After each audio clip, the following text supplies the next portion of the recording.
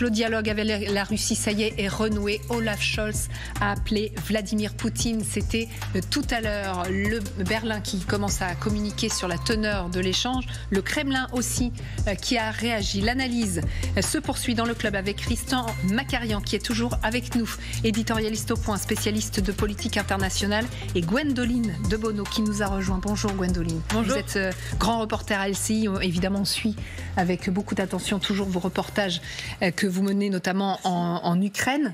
On va analyser ce coup de téléphone. On parlait d'une information assez spectaculaire, comme un coup de théâtre dans cette guerre en Ukraine, parce qu'on le sait, le dialogue était rompu avec le président russe depuis 2 ans. Olaf Scholz a réussi à lui parler. Voilà ce que dit le Kremlin d'abord, parce que c'est la réaction que l'on attendait tous. Elle est arrivée dans un deuxième temps. Le Kremlin qui parle d'un échange franc, et ça s'est passé à l'initiative d'Olaf Scholz. L'échange de Vladimir Poutine avec Olaf Scholz a permis d'échanger des points de vue détaillés et francs.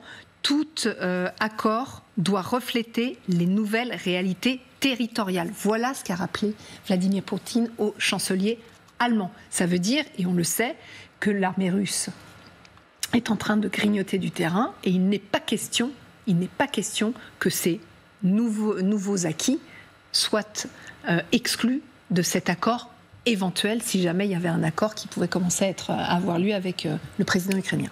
Ça va même plus loin que ça. Quand Vladimir Poutine parle des nouvelles réalités territoriales, c'est les oblasts, donc les régions d'Ukraine, qu'il a annexées, c'est-à-dire l'oblast de Zaporijia, l'oblast de Kherson et Donetsk et Louhansk. Donc en fait, les nouvelles réalités territoriales, ce que ça veut dire pour les Ukrainiens, c'est la capitulation de l'Ukraine. C'est ce que dit Vladimir Poutine. Bon, alors Olaf Scholz, lui, il fait du Olaf Scholz, même si là, il va plus loin. On se rappelle qu'il y a quelques jours, il avait évoqué aussi cette idée d'un statut neutre pour l'Ukraine qui ne pourrait jamais adhérer à l'OTAN.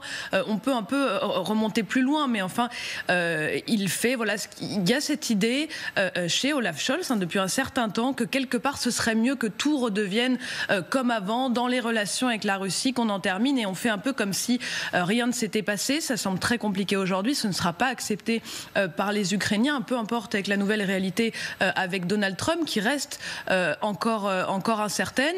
Et puis, je crois qu'il faut dire aussi que appeler Vladimir Poutine à négocier, enfin, si ça fait plaisir à Olaf Scholz, mais il est vraiment très incertain que Vladimir Poutine veuille négocier quoi que ce soit, en tout cas dans ce qu'on appelle des négociations. C'est ce que vous pensez en lisant ça, ce communiqué du Kremlin? C'est assez intéressant parce qu'on va voir ce que dit... Il reste sur sa position. Les nouvelles réalités territoriales, c'est l'annexion d'une partie de l'Ukraine et plus d'accès à la mer. Ouais, c'est ça. De potentiels accords doivent tenir compte des intérêts de la Fédération de Russie concernant la sécurité, se fonder sur les nouvelles réalités donc territoriales, et surtout s'attaquer aux causes profondes du conflit, c'est-à-dire... En 6 lignes, tout est dit. Il y a 3 points fondamentaux.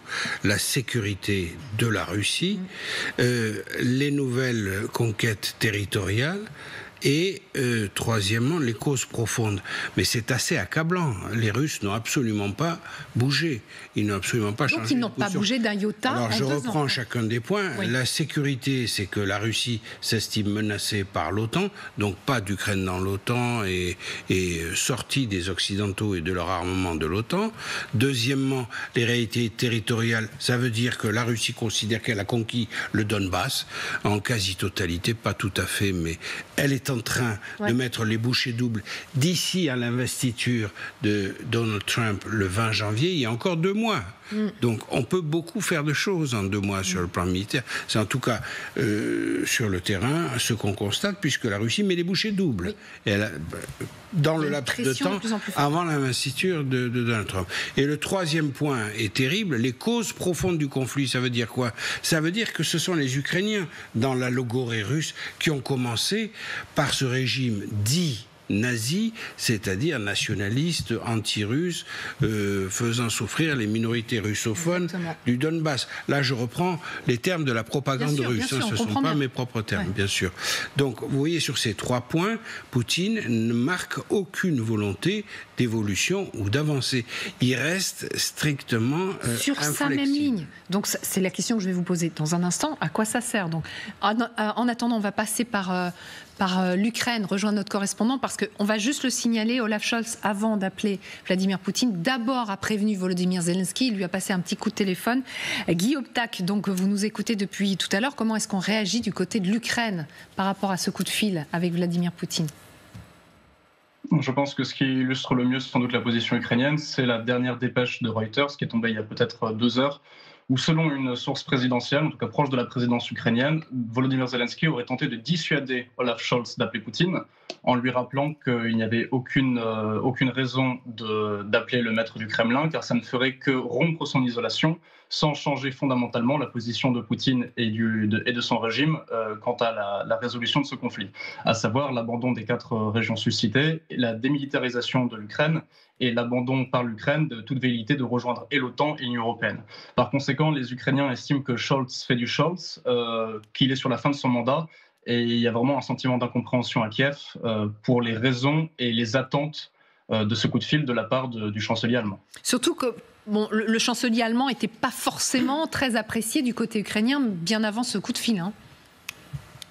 C'est un euphémisme. Je pense qu'il fait partie des dirigeants occidentaux vus avec le plus de méfiance côté ukrainien, même si la réélection de Donald Trump va peut-être changer la donne, mais Donald Trump est imprévisible, Scholz, lui, est prévisible dans la médiocrité. Ce ne sont pas mes termes, c'est généralement le sentiment qui règne ici à Kiev.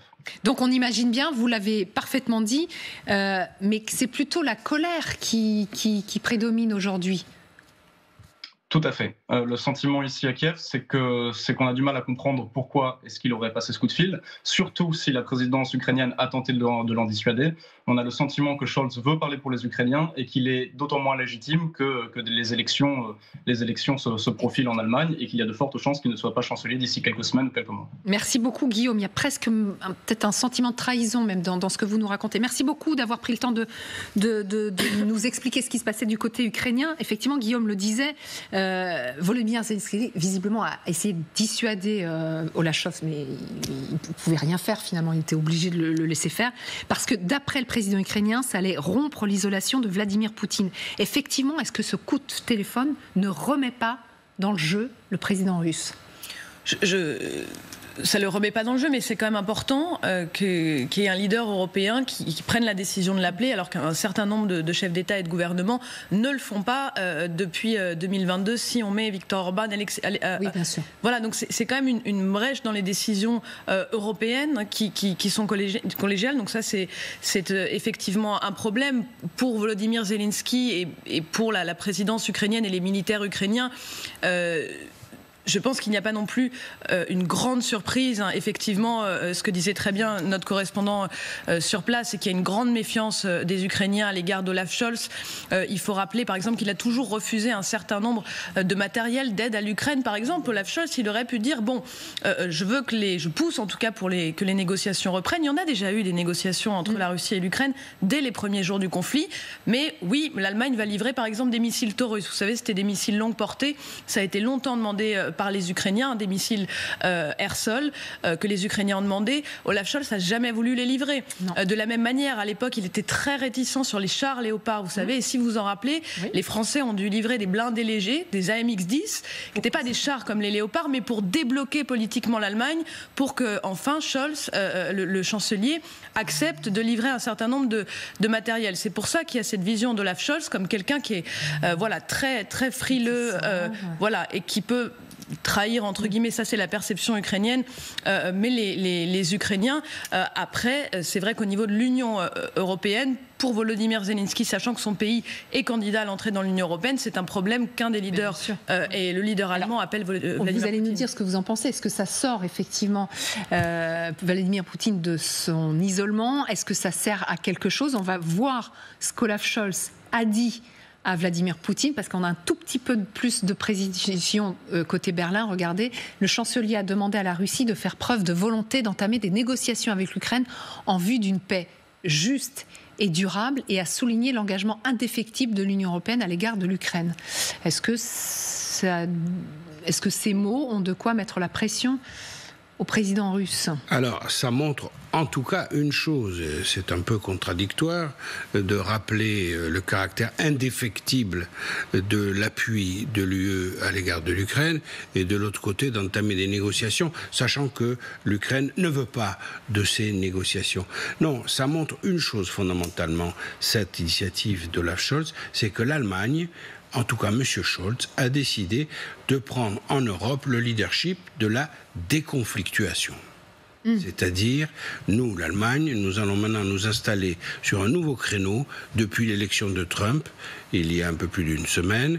Nous allons nous installer sur un nouveau créneau qui est celui de la de-escalation, comme on dit en anglais. Il faut qu'on entre dans la désescalade. Ça ne va pas forcément beaucoup plus loin, mais que l'Allemagne se mette à prendre un leadership de la désescalade, c'est assez ennuyeux pour un pays très voisin de l'Allemagne, qui s'appelle la France, qui n'est pas du tout sur ce schéma-là pour le moment. Donc, la question, c'est de savoir... Est-ce qu'il l'a fait seul? Voilà, à quel degré Scholz avance seul ou avec une sorte de blanc-seing de ses partenaires européens. Ça n'est pas évident du tout. Mais juste, pardonnez-moi, mais pourquoi aujourd'hui Olaf Scholz est dans une extrême position de faiblesse, a priori les plus chanceliers dans quelques mois? Parce que justement, il n'a plus rien à attendre du Bundestag. Il est calciné. Il va sauter, son mandat s'achève, ses jours sont comptés, il va y avoir des nouvelles élections probablement en janvier, mi-janvier, des élections générales, une autre majorité va émerger, une autre coalition. Ça en est fini de Scholz, normalement. Donc, il lui reste quelques semaines pour agir. Donc il n'a plus rien à perdre, il joue son Il n'a plus rien à perdre et quelque part, le Bundestag, avec l'éclatement de la coalition, est littéralement anesthésié. Donc il ne va pas y avoir de scandale ou de vocifération contre ce point de vue-là. C'est peut-être fondamentalement ce que lui pense, Scholz, qu'il est en train de mettre en application avec Poutine. Mais ça semble quand même mal informé sur un point. C'est sur le point de vue des Russes. Vladimir Poutine n'a absolument pas l'intention de lâcher du lest. Et s'il entame des négociations, vous savez, les Russes, ils ont un sens du vocabulaire très particulier. En Syrie, quand ils écrasaient à Alep, ils parlaient de couloirs humanitaires. Les couloirs humanitaires, c'était pour sortir les vaincus. C'était pas pour acheminer. Et là, quand ils parlent, les Russes, de négociation, ils entendent par négociation l'imposition de notre point de vue. Et nous savons que Vladimir Poutine, sur un point précis, sera inflexible. Il ne veut pas de Zelensky. Il ne veut pas personnellement de Zelensky, il veut qu'il s'en aille, que les gens qui représentent son courant de pensée disparaissent. Il veut non seulement récupérer les 5 oblasts de l'Est, mais il veut aussi démilitariser, neutraliser quelque part l'Ukraine. Et le troisième volet, c'est ça qu'il appelle les causes profondes du conflit, c'est virer le pouvoir actuel et Zelensky pour mettre en place un pouvoir beaucoup plus compréhensif à l'égard des Russes, comme il l'a fait en Géorgie récemment. Bon, un mot, parce que c'est fini. Oui, non, inflexible. Les causes profondes du conflit pour Vladimir Poutine, c'est l'existence de l'Ukraine. On l'a compris aujourd'hui. Ensuite, dernier mot peut-être, pourquoi Vladimir Poutine négocierait? Il a une économie de guerre qui est à peu près en place jusqu'à 2030. Il peut s'appuyer sur ses alliés, l'Iran, la Corée du Nord dont on sait qu'il y a environ 5000 soldats qui sont arrivés pour l'instant en Russie, qui seront appelés à aller dans l'oblast de Koursk, mais peut-être en Ukraine. Il sait qu'il peut s'appuyer sur la Corée du Nord, qui est un État caserne, plus d'1 million de Coréens du Nord sous les drapeaux, service militaire qui dure 10 ans. Vladimir Poutine joue le temps long, donc il n'a pas besoin du tout de négocier maintenant.